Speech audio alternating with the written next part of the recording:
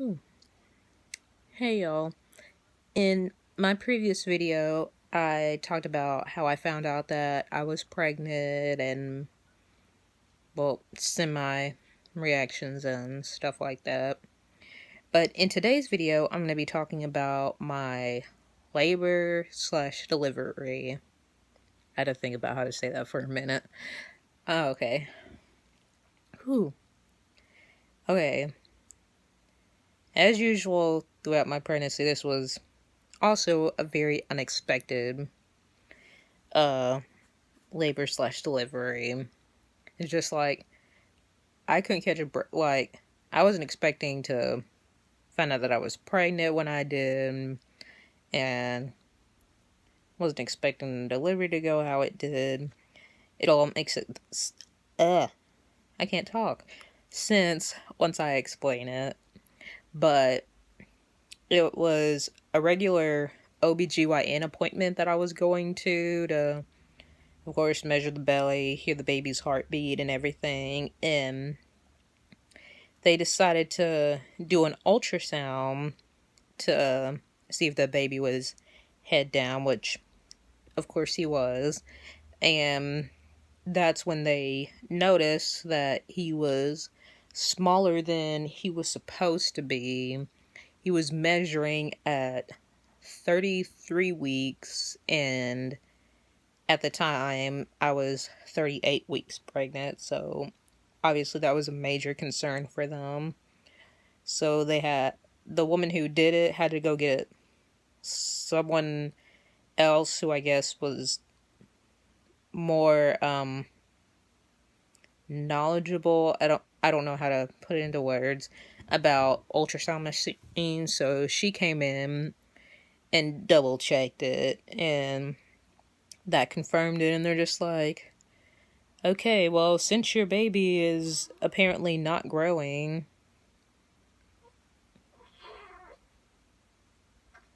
Sorry, I thought my son was waking up for a minute. But yeah, they said since your son is not growing like he is supposed to, we're gonna need you to deliver this baby. Well, they didn't say that. Well, yeah, they said they either I was gonna have to have the baby today or tomorrow, but for sure I needed to go to the hospital today. That day. And so we're just like, oh, okay then. Luckily, I already had everything packed up like weeks in advance because I'm the type I like to kind of make sure that I'm prepared for stuff. So we ended up going all the way back to my house. Had to pick up the diaper bag, my personal bag, and the car seat and everything. And we headed to the hospital, stopped by Chick-fil-A and ate some food before we got there. And by the time we got there, did the usual, had to sign in and everything. And of course, when we were signing in, the woman that was behind us was like already having contractions and everything. And I felt bad because we were sitting there kind of waiting for the nurses to come back. And yeah, that was crazy. But they finally got me in my room and everything. And since obviously they had to induce me, I was already 1 centimeter dilated when I went to the hospital. But yeah, still, being induced is so ugh, uncomfortable to the fullest. Like, they got me in there, they had to, well, along with the IV that they have to put in, they also had to put me on a type of medicine that was going to start my contractions. And then on top of that, they had to put a balloon thing inside of me, inflate it, and leave it in there for hours. And all that pressure in there just constantly made me feel like I had to use the bathroom. So I kept constantly getting up, feeling like I have to use the bathroom. And at times it would just be like a little sprinkle, and then other times it's just like, nope, you don't need to go. It's just the pressure.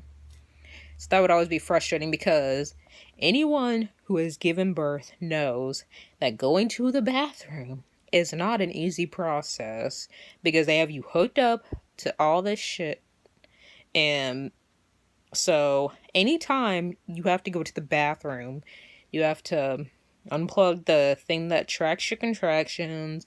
You have to unplug the thing that tracks the baby's heart monitor. You have to um, unplug the IV thing and take that one thing off your finger. And for me, for some reason, they like to keep my blood pressure cuff on, so I had to basically unhook that thing or just slide my arm off the blood pressure cuff. And you had to basically take that whole IV thing in there with you when you go. And once the contractions started out, I was able to maintain the pain, so I did pretty good. I didn't get the epidural until I was like 4 centimeters, but that was only because I probably could have gone longer if they wouldn't have had to induce me, because I think with the contractions plus having the balloon in there just added so much pressure and it was so uncomfortable. So that's the main reason I got the epidural, was because I didn't want to feel the pressure down there. So ended up getting that, but that wasn't until like the very next day, because I literally got the epidural a few hours before I ended up giving birth. And so like before then, I slept through most of it. When I wasn't sleeping, I was throwing up, which was miserable because they're all sitting here just like, oh, well, we have this menu, you can or have the liquid diet and order it. And then it's just like, well, as interesting as that sounds, I can't keep anything down. I couldn't even keep ice cubes down. That's how bad it was. Like, my stomach was just not handling anything whatsoever. Like, I had puked up the breakfast that I had in the morning before I even went to this appointment. And then I puked up the lunch once I got in the hospital, shortly after they started me on that medicine that induces the contractions. I think that's the thing that they say can make you slightly dizzy or whatever. And they weren't freaking kidding. Like, she's just like, oh, do you feel it yet? I'm like, nope. Literally a minute later, I started feeling dizzy. I got tired, and that's also probably the main reason that I was sleeping through most of it. Which the nurses were just surprised. They're just like, you slept through majority of it. They're just like, you must have a high pain tolerance.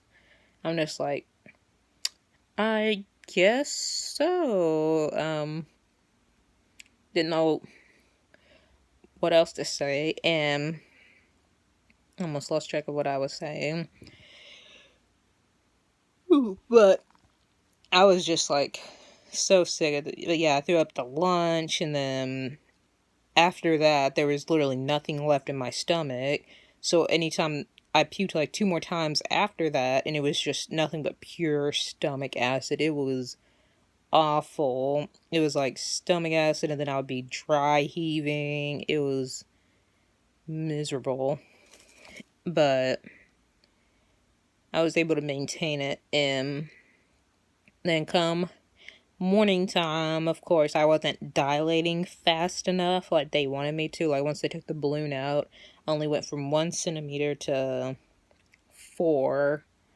So they tried to give it, like, I think probably 2 hours, and I was still only 4 centimeters dilated. So they decided to break my water, and they said that must have moved me up to immediately to 6 centimeters, or I guess it must have been 6 meters when it started. I don't remember. It was one of the two. And then after they broke my water, I got dilated to 10 centimeters quickly after that. And they say because of me dilating that quickly is what caused so much freaking pain. So I think that's when, yeah, after they broke the water, I think that's when okay, so I think got in the epidural at 6 centimeters then. I don't remember. It was one of the, no, no, it was before then because I remember that my sister-in-law came back. I had to think about that for a minute. But yeah, they broke the water, and anyone who's gotten the epidural knows that it's supposed to spread evenly so that you don't feel anything down there. And it makes the contractions less painful. That's the word. I don't know where I was going with that other word. But my son's in the room sleeping right now, so I have to try to hopefully get this video done before he wakes up. And so, yeah, after they did the epidural, I was supposed to lay on my back so that it would spread evenly, but the baby's heart rate literally would drop if I wasn't laying on my right side. I couldn't lay on my back, I couldn't lay on my left side because the baby's heart rate would drop. So I was literally stuck laying on my right side. So guess where the epidural all went? To my right side. Like, literally, my whole right side was all medicated. I was nice and numb. My left side, however, I felt the contractions. Like, the left side was not medicated whatsoever. I felt the contractions still. I was just feeling so much pain on the left side. So I was just ready to, I started bursting out into tears. I was in so much pain. I was sitting here just trying to breathe through it.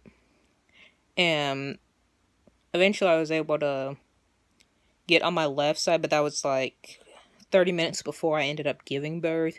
Only because I don't know what they called the position, but they had me like kind of like turned to my side, and I had to put one of my legs in the little stirrup, whatever they call it, things. And they said I had to kind of just lay there for 30 minutes so I could, until hopefully I was dilated 1 more centimeter or whatever they were waiting on. And at this point, I was in tears. I was frustrated because they said that apparently they could see the baby's head already. So I'm just sitting here, I'm just like, I'm ready to deliver this, to have this baby already if the baby's head is already there. But they're just like, no, you have to wait 30 more minutes. We can't have you delivered. Don't push. And I'm just sitting here feeling all the pressure because his head is already down there. So I'm feeling that pressure. Plus I still had the catheter in. Plus they had this other thing that they put inside me to track my contractions because for some reason the machine wasn't tracking it like it was supposed to. So I had all that pressure built up. And so that 30 minutes felt like the longest 30 minutes of my life. So by the time the nurse came back in, I was frustrated as heck. And it was just like, I know that they were doing their job, but when I'm in pain, I don't think as clearly. So I was just enraged and frustrated, and I'm just like, I just want her to get this B catheter out of me. I want her to get this. I'm just ready to push this baby out. This hurts too much. And next thing I know, there's like all these other people coming in for the delivery. The student, I guess the students plus the original nurses and doctors. So that was interesting. And they're just like, okay, you're about to deliver the baby. And I'm just thinking, like, finally, yes, I'm ready. Trust me. And so they get me in the position to get ready and, of course, do the breathing and all that technique. And literally after the third time of me third set of pushes that they had me do, he was out within like 5 minutes or less. So the delivery was just a quick process. I was in labor for 20 hours approximately, but the delivery done in like 5 minutes or less. He just slid right out of there. Well, God, that sounds bad. He didn't slide out of there, but he did not hesitate to come on out. So I was glad for that. Came out head first like he was supposed to and everything. He weighed like 4 pounds and 14 ounces, so a premature weight, which was a concern, but since he was born at 38 weeks, thankfully he developed like he was supposed to. Like he had his lungs nice and developed and developed like a 38-week baby is supposed to. The only problem literally was the fact that he was underweight. But thankfully perfectly healthy. Did the skin to skin contact before they cleaned him off and everything. Oh, also, I was in the process of the delivery. They allowed me, they're just like, do you want to reach down here and feel his head? And I did. It was all slimy and everything. And he came out and it was just so cute. He had a hair on his head, not just peach fuzz. And I'm just like, oh, he's so cute and so tiny.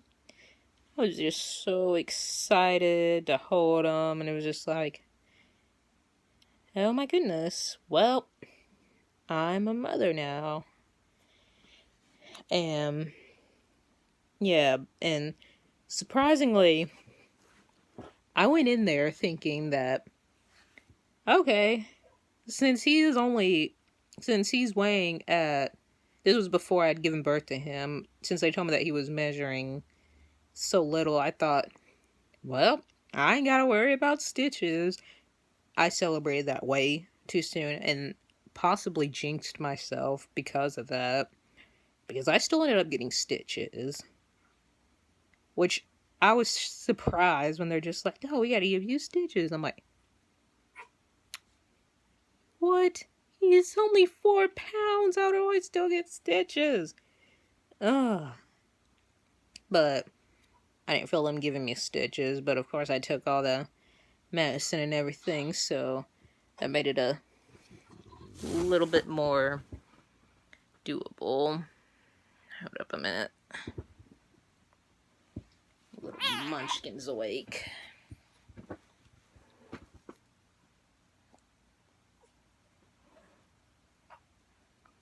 Okay. But yeah, that's basically my labor and delivery story. And like I said, if y'all have any questions that y'all want to ask me about that or anything, just leave them in the comments and I will be sure to answer them. But for right now, I have to get off here so I can feed my son because he's in the process of waking up from his nap. Thank y'all for watching. Bye.